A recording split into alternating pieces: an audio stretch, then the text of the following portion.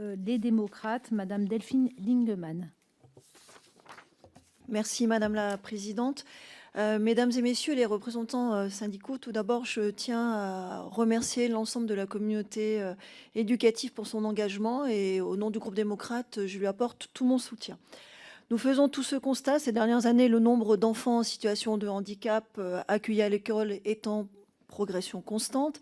Cette école inclusive appelée... Il y a un...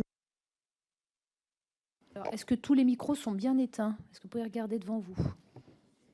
Alors, cette école inclusive, appelée de nos voeux, prouve aujourd'hui ses limites. Pour reprendre le mot fort du représentant du FNALC, elle peut faire, je vous cite, souffrir les élèves, les enseignants, les AESH et les parents.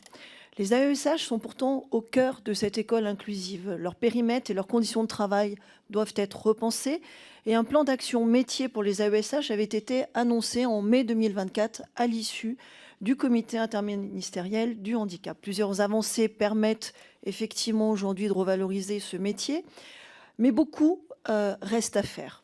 Je m'adresse à Madame David, représentante de la FSU. Je partage avec vous le constat et le regret de ne pas avoir évalué l'efficacité des PIAL avant de les faire évaluer. Toutefois, vous avez aussi rajouté que la transformation des pôles éducatifs d'accompagnement localisés en pôles d'appui à la scolarité, je vous cite, ne présage pas de bon fonctionnement dans les classes. Pourriez-vous, s'il vous plaît, expliciter vos propos afin que notre Assemblée puisse comprendre vos réticences et apporter, si besoin, des mesures correctives. Je souhaiterais également revenir sur la création de CESAD, écoles qui visent à expérimenter le regroupement de plusieurs dispositifs d'accompagnement pour les enfants en situation de handicap au sein d'un établissement scolaire, conjuguant réponse scolaire et réponse médico-sociale.